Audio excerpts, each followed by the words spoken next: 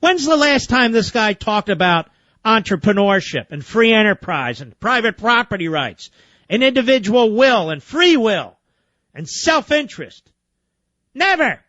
Government, government, more government. Power, power, more power. And here's Obama, petulant, with his inner Mussolini coming out.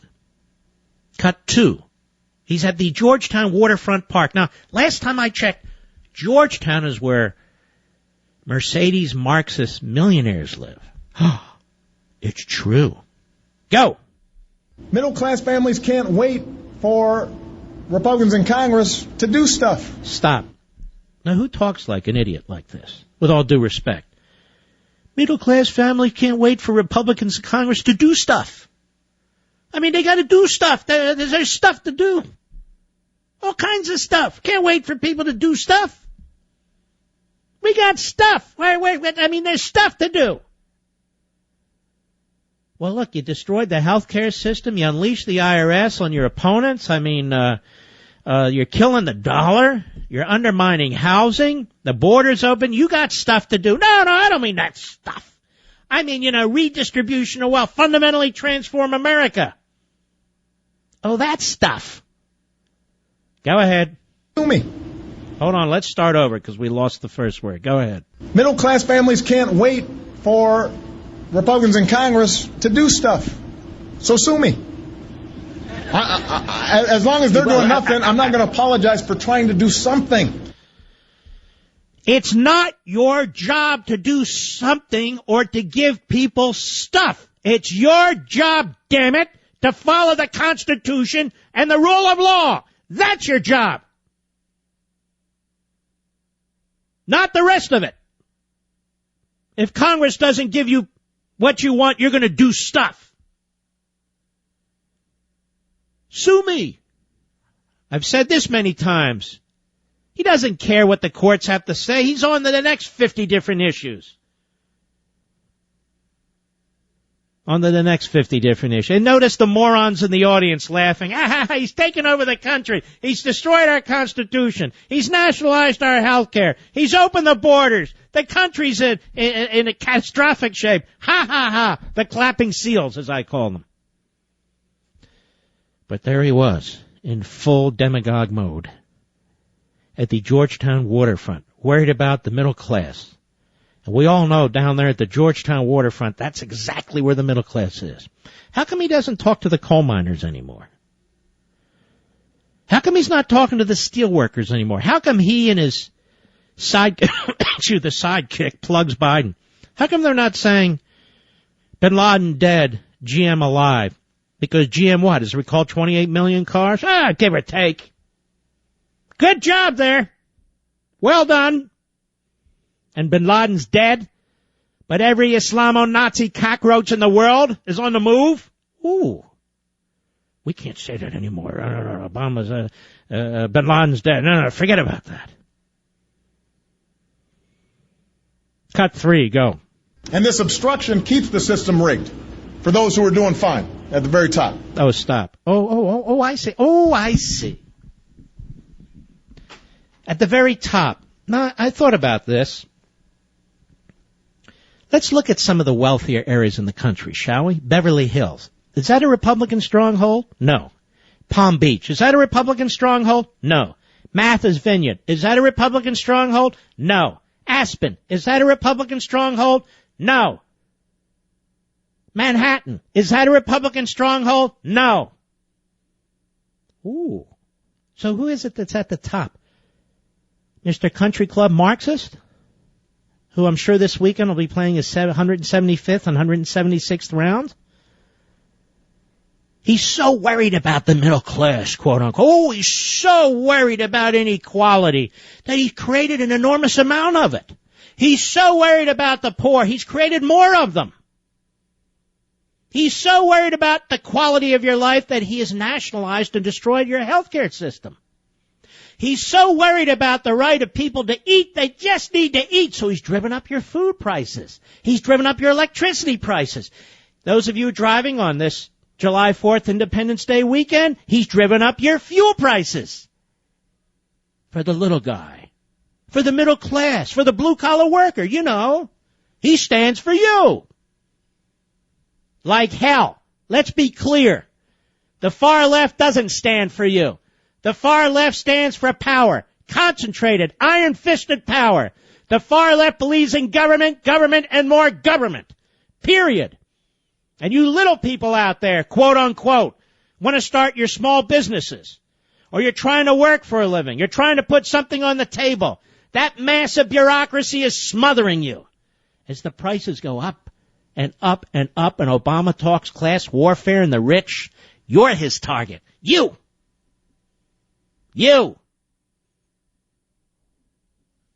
Let's continue, shall we? Let's go to cut 4. Go. It's not crazy. It's not socialism. It's not the imperial presidency. Stop a second. You know, Mr. Producer, I'm really not one to pat myself on the back. I leave it to the other hosts. Somebody's listening to this show. Somebody over there is transcribing this show. We've heard the rumors of that fact, but this socialism, imperial presidency stuff. Go ahead. Go ahead. The laws are broken. We're just building roads and bridges like we've been doing for the last, 50, 100 years. Wow. So tell me there, genius, with all due respect, genius, tell me, what happened to that $1 trillion stimulus program that's built into the budget every single damn year? Tell me, with almost $7 trillion of debt on your hands, what happened to those bridges and those roads and the infrastructure? Paul Ryan told us a few years ago that out of that stimulus money, $9 billion, 1%, went to infrastructure. You're so busy patting the treasuries of your friends, so busy greasing their palms, so busy redistributing wealth. I guess you forgot about all those bridges and roads. So now he's back for more. Don't you support roads? Don't you support bridges? Don't you support public schools as they piss our money away and they burn it like it's a game?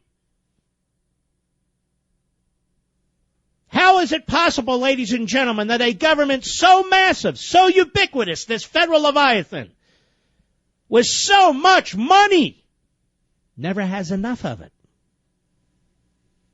How can that be? And yet it is, isn't it? They don't have enough money. With the highest corporate tax rate in the world, if not the second, I believe it's the first, with a massive tax increase, bipartisan, I might add, the fiscal cliff. I can't have a fiscal cliff. Massive tax increase. Massive deficit spending each year. Massive quantitative easing. Oh, we don't have any money. We don't have any money. How's that possible? Because it never ends. They never will have enough money. The debt will never be big enough. There'll never be enough programs. There'll never be enough bureaucrats. He'll never have enough power. We've seen this all over the world. Because this fantasy, which is a nightmare, utopian statism, is an impossibility. 1.3 million illegal aliens, perhaps? Out of the 8 million great sign-ups for Obamacare? We destroyed our entire healthcare system for this, for that. They can't even secure the southern border. They won't secure it. Of course we could if we had the will. We have the way. They will not do it.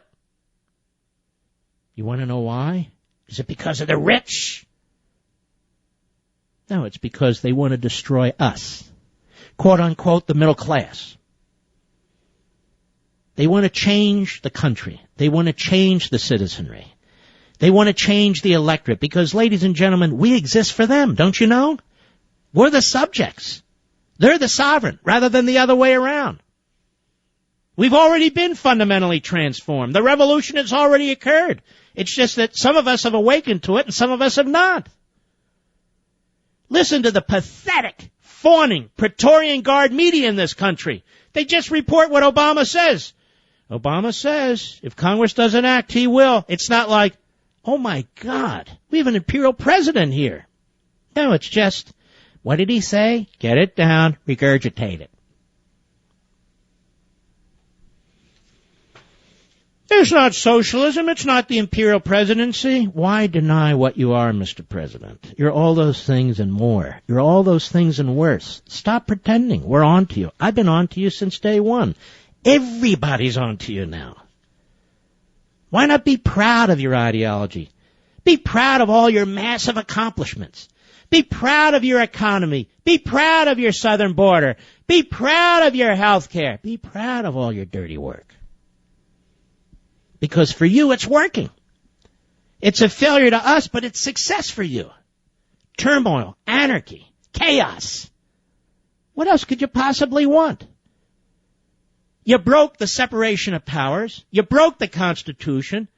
You're destroying the system. You're devouring the civil society. Take a bow, man. And then go play a round of golf.